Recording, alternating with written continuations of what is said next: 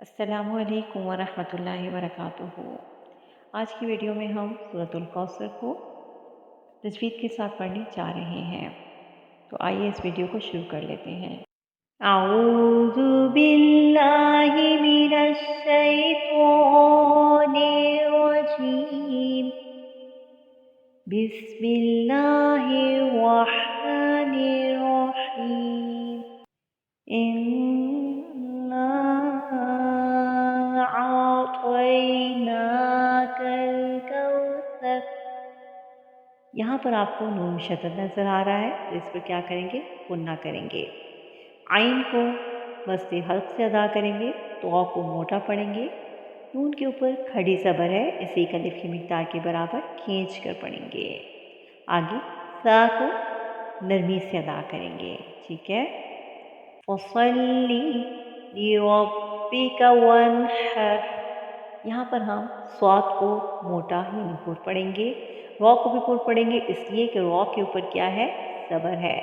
ज़बर और पेश होने की सूरत में रॉ को पुर पढ़ा जाता है, जबकि ज़ेर होने की सूरत में से बारीक पढ़ते हैं।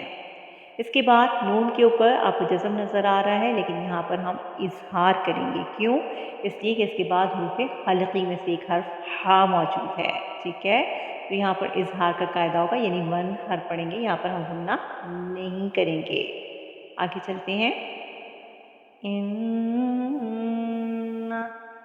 शानिअका हुवल अबतर। यहाँ पर फिर नून मुशद्दद है, तो यहाँ पर क्या होगा? गुन्ना होगा। इसके बाद शानिअका, शा। ठीक है। यहाँ पर अलिफ मद्दा हो रहा है, इसे खींच के पढ़ेंगे। आगे हा को अक्सर हलक से अदा करेंगे। ठीक है। हुरूफ़ हलकी में से है ये। इसके बाद बा पे कलकला करेंगे। अब ठीक है, क्योंकि ये हुरूफ़ कलकला में से है। तो रॉ को ज़बर और पेश होने की सूरत में भी पुर पढ़ा जाता है, और जब इस पे वक्फ़ जज़म होता है, वक्फ़ किया जाता है, तो वक्फ़ करने की सूरत में भी इसको मोटा यानी पुर पढ़ा जाता है। ठीक है।